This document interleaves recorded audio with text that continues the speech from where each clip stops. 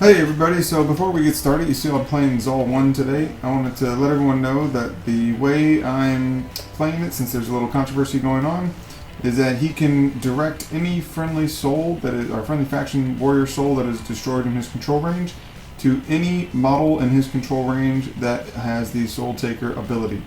So that's how we played it. I'm going to let you all know, and on to the battle report. Hey everybody, welcome to another War Machine Battle Report. I'm Lightem'up here. I got a great battle between my buddy Dennis and his Cryx and my Skorne. I'm bringing Zaal 1 today.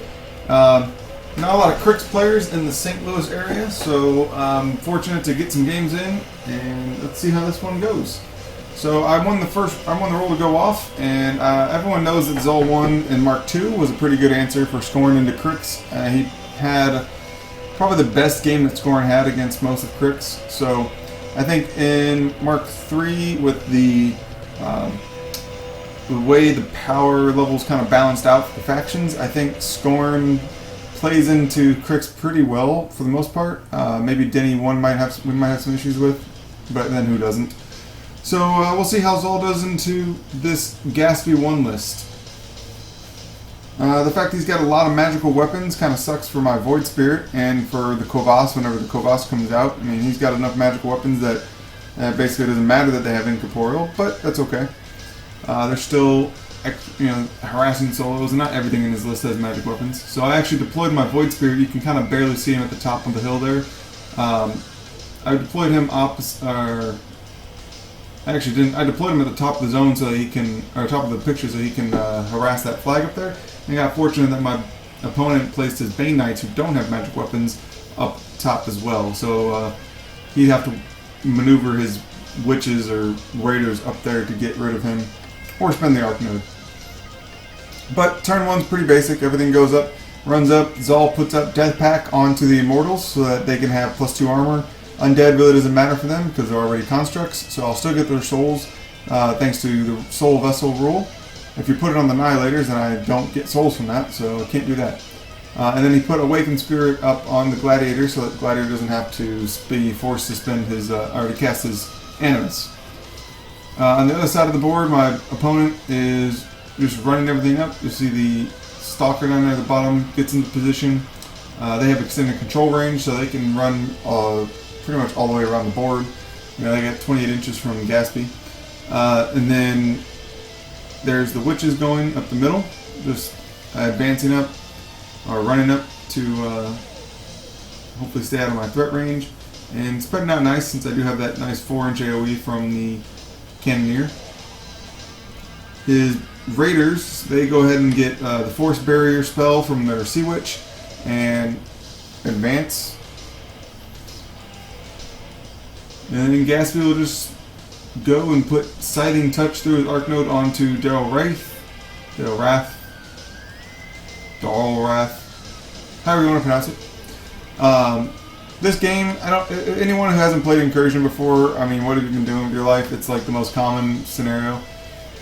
In my experience, I've found that most games of Incursion come down to taking control of one side of a flag, or one of the top or bottom flags, sorry, one of the outside flags, and then crashing down on your opponent and preventing him from getting to that flag and eventually winning on scenario. I think a lot of times, just the way the game is set up, that is pretty much how it's always going to happen. So what I have here is I'm going to be having the Nihilators spread out. The Legends are in there mixed in with them. But the Nihilators are going to run up. They got 4 up front to block charge lanes to the rest of them. And then I plan on just feeding them and the Legends and the Ancestral Guardian on that side to contest the bottom flag, while my Immortals go and carve up the top flag. And then if I can control or dominate the middle flag, well, then that's just gravy. The Cannoneer took a gunshot and killed off one of the Banes, which is just enough to trigger Vengeance, which kind of sucked for me. Right now, you'll see the Immortals are moving up. At first, I started spacing them out so that the 3 up front can block charges, and then remembered that the Banes all have Ghostly and don't care about free strikes. So I just kept the rest of them back so that they won't die to a Vengeance charge Banes. And then moved up the Ancestral Guardian, hoping that if they do kill the Ancestral Guardian, I'll pop out a Kovass anyway, and it won't really bother me. So, other than that, everything else just kind of moves up. Not a lot of attacks going on turn 2. On to his turn 2. He gets his vengeance moves, no vengeance attacks because nothing's within range. And then goes ahead with the rest of his maintenance phase.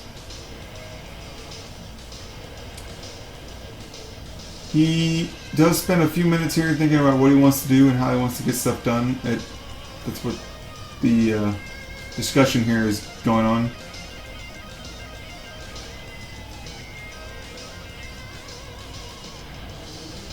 I think if you look at the middle of the board, the cool thing with pre-measuring is you can see that like that giant line arc that the arc nodes just moved into, where it's like no man's land. And thanks to pre-measuring, I think you're always going to have that in games because everyone knows what their threat ranges are. So until the guys have to get into combat, you're going to have that little no man's land. That's an interesting thing. I didn't even realize that until right now. Maybe it was like that in Mark II as well, but I never noticed that on the videos. So at the bottom you see Darragh there. He went ahead and killed Annihilator, and then Battle Wizard a spell into my Ancestral Guardian to do 6 points of damage to him, and then repositioned to stay base with the flag. In case he's able to clear out the flag, he'll be able to score 1 point. He's only got to clear out like one more Annihilator.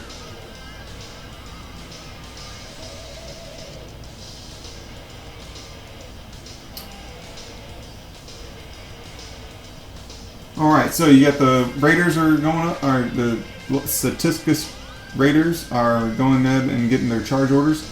They're going to do the, not the Force Barrier spell, but the other spell. Can't remember what it's called.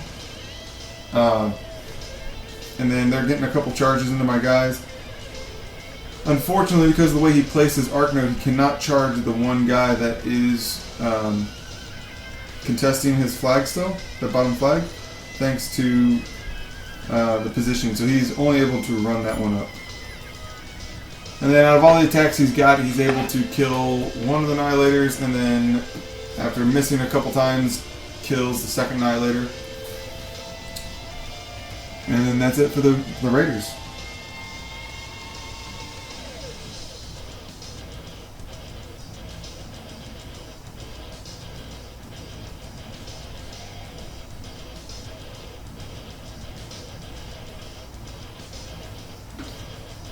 Alright, so still thinking here.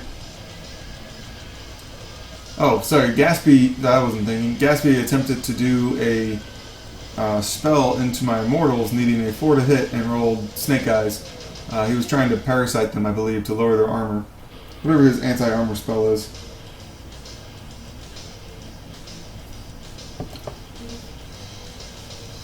And then you see the Bane Knights up there charging in, able to kill off a couple of my Immortals, filling up my Ancestral Guardians with souls, and eventually even giving some to the Soulward. He's able to kill 3 of my Guardians. He had 1 charge into my Brute, but Brute has set defense and he's being attacked over a wall, so had 17 defense. And yeah, you're not going to hit that. Other than that, the Soulward, Soul Hunters at the top, just repositioned, and then the Witches muddled about in the back. Alright, so on to my turn. My turn 3. I completely forgot about Vengeance. This is my first time playing Immortals and first time playing any kind of Vengeance unit, so I completely forgot that Immortals had Vengeance. Instead, you see the Void Spirit went and he killed off a Bane and then Void walked to get base to base with the flag, just in case I'm able to clear out the rest of the Banes. Then the Immortals go ahead and they get charge orders. Had I done Vengeance moves, I probably would have been able to clear all of the Banes. Now I've got to hope that with a couple CMAs I don't miss any attacks. Unfortunately, you see that middle Bane of the 3 survived because I missed him, needing a 6 to hit, roll to 4. Or 4 to hit, roll to 2, something like that. And then you see the Scrap Thrall died, and thankfully you can be outside of it. You can have 2 inches of reach and be outside of his bomb explosion, which is good for me. And then the Cannoneer went and took a shot, killed killed the arc node of his little Deathripper there. Did 7 points of damage, but fortunately did it to the correct column and took out the arc node. And the Nihilators are just going to advance and take a couple swings onto the Raiders. Unfortunately, being Mat 7, they need 7s to hit and can't hit. So, out of 5 or 6 attacks, I think I killed one of them. So instead, the Ancestral Guardian is going to walk up and he's going to smack around Darragh and then smack the Deathripper. Did end up doing 8 points of damage to Darragh, so that's good. The Legends go up there and the Legends are going to kill a couple guys. I'm not sure how the Legends are. I think I like them in this list. I had 8 points because I wanted to have a Void Spirit. And so I could either take 2 solos, 1 really expensive solo, or the Legends. And I think the Legends being Mat 9, with Flank and with Zaal's feet, you can get 5, 6, 7 dice damage, something like that. I don't know. It's a lot of damage. So you get 2, 3, 4. You can get 5 dice damage. So that's pretty good. 2 additionals and a boost. So I think the Legends are going to go with my Zaal list. I'm not sure they're much use anywhere else. You see the Ancestral Guardian went up and he was able to kill off 2 more Banes, leaving just 2 Banes left in that unit at the top. Not really a lot for me to worry about with the Vengeance. Can't do an awful lot. Soulward will go up and he attempts to kill that one of the last Banes remaining but misses, or doesn't damage. And then Zaal is just going to kind of dirtle up. And so will the Beast Handlers. Take off a few Fury, and on to my opponent's turn. So my opponent's turn 3. He goes ahead and does his Vengeance moves. There's one Bane and the other Bane. I didn't realize it until his activation, but those Banes are actually, one of them is out of command, but that's okay. Does a couple points of damage to my Brute, and kills one of my Immortals. Which I'm okay with, it's fine. So you see the Soul Hunters are going there. He's using his, I don't know if he's using those Soul Hunters properly.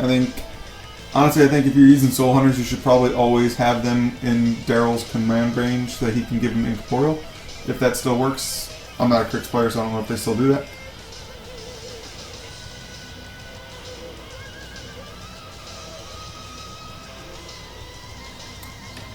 But the Soul Hunters weren't able to do too much. They did 4 points of damage to my Void Spirit. And killed, I think, one of the Immortals, and that's about it.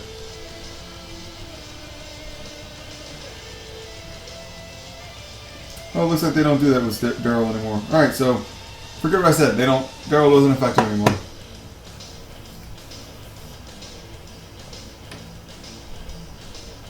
So at the bottom here we've got the Raiders attacking my Ancestral Guardian. Darragh attacked the Ancestral Guardian, popped out the Kovass. And then the Raiders are going to go ahead and they're attacking him as well. They have magic weapons, so they're able to hit him even though he's incorporeal. Fortunately, they are not able to kill him. And then they kill off a couple of my Nihilators, toughen a couple of them, all the while giving me rage tokens. I have not popped my feet yet. I think I'm going to pop my feet with like 13 or 14 rage tokens at the end of this turn. So that's good. Gathered over the last 2 turns.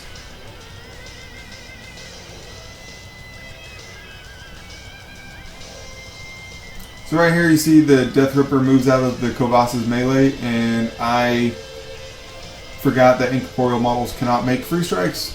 So he made a free strike and did quite a bit of damage actually to the Deathripper. But that made me corporeal, so his Stalker came in and killed my Kovass. So here goes the Kovass right now. So we'll get that correct. It's a little wonky to try to remember that you can't do that. Incorporeal models not being able to make free strikes, yeah, it's good and bad. If you have incorporeal, I guess it's bad. If you don't, it's good.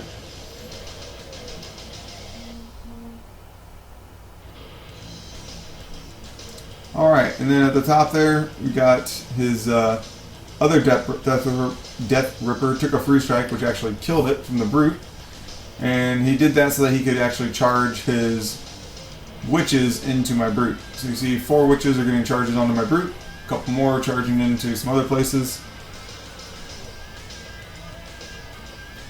And they're going to start getting some pretty heavy damage onto my Brute. And I think the third one is able to go ahead and kill him after he chooses what kind of attack he's going to do. He chooses the style of attack that makes him go incorporeal if he kills a model. And then he manages to kill my Brute, so one of his models gets to be incorporeal. And then he's going to go ahead and switch turn over to me. Gaspy's going to go first. Move up and do a Breath of Corruption into my Legends of Halaak. Managed to hit him and land and hit all 3 legends. Fortunately, armor 15 is dice off 3 and my opponent's rolls failed him miserably and he did not kill any of them, which was good for me.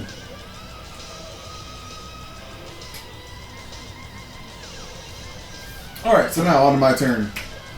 First off, I remember Vengeance this time, so you see the Immortals at the top. We're actually going to go ahead and take their Vengeance moves and manage to take out 1 and then 2 of the Soul Hunters, which was unexpected, and kill the last Bane.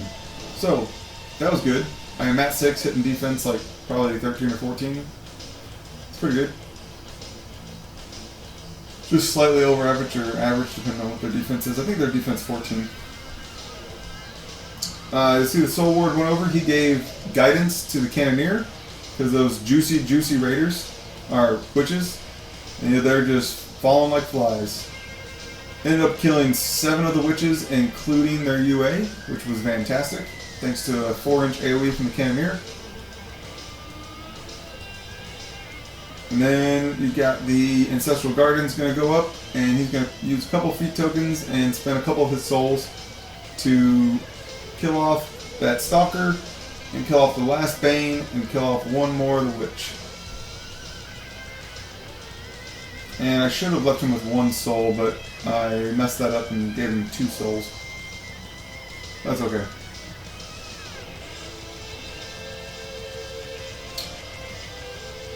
Oh, I forgot. I also put Last Stand on that Ancestral Guardian, so at the end of this turn, he's going to turn into a Kovass.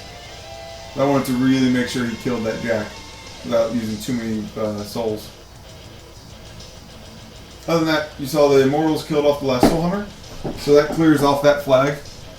The the Legends are going to go ahead and they are killing off a few more of the Raiders, the Satyxis Raiders at the bottom. Being Mat 7 with flank means they're pretty easy to hit most things. So they kill off, I believe, 3 or 4 of the Raiders, sidestepping along the way. And then my Nihilators, the 2 remaining Nihilators will activate, or the 2 that can attack will activate and swing on his Jack, boosting damage with rage tokens. Do significant damage to that Stalker, that his last Stalker down there in the bottom. And then I actually end up charging and running my Paingivers. So one of the Paingivers charges into a Raider and use a Rage token to boost the hit, and then Anatomical Precision to kill him. So he's down to like 4 Raiders, I believe, 4 or 5, Darragh Wrathe, a couple Witches, 1 or 2 Jacks, and that's about it. Which is good for me. So at the end of this turn, I'm going to go up to 1-0, and then we're going to go into his turn 4. The Raiders are going to go ahead and kill a couple of Nihilators. Moving up here.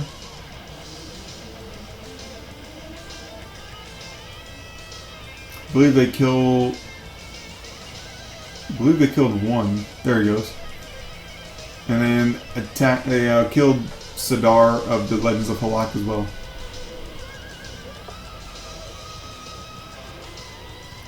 Gaspy's going to go ahead and Breath of Corruption again to kill off the 2 remaining Legends of Halaak.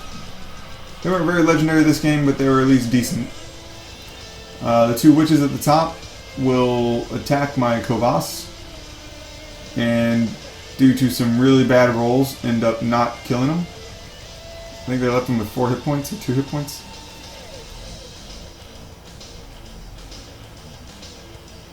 And then Darragh will go and he will manage to not kill the one Nihilator that is left. So, on to my turn. I go up to 2-0 at the end of that. The last Nihilator there will go ahead and roll some fire dice on Darragh and dismount him. Too bad he wasn't already dismounted, or probably would have just killed him outright. At the top there, we got the Void Spirit charged in, killed, and Void walked back to the flag to control the flag. The Kovass killed one of his the last remaining Lich. Paingivers just backed up to get out of the way of the people and to enrage the Gladiator and swing on one of his Sea Raiders, or Satyxis Raiders. Gladiator went ahead and he didn't even need to brush himself, he just charged. And thanks to one hit, he ends up killing the Deathripper. And he is base to base at the flag, so I'm going to go ahead and get 2 more control points at the end of this turn and go to 4 control points. And then there's really no way for him to contest my top flag, so at the end of this I'm just going to go ahead and go to 5 control points. After we discuss that for a bit, my opponent goes ahead and concedes, and this will be a victory to Skorne.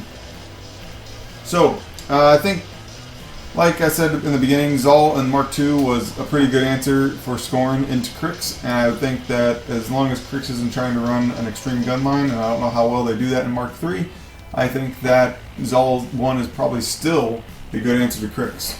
Like I said in my intro, I'm not sure how the Rex Spirit's ruling is going to come down. I hope it comes down soon. If it's not out, by the time I post this, and then we'll know actually if I played it right or wrong. But I can only do what I think, and me and the opponent discussed it, so we'll find out here in a few weeks probably.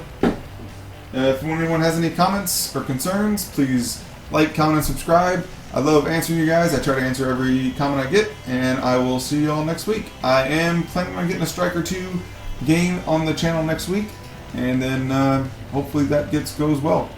And let me guys know, do you prefer Cygnar? Do you prefer Skorne? Who do you prefer for opponents? I'm open to any suggestions, alright? Have a good day, guys.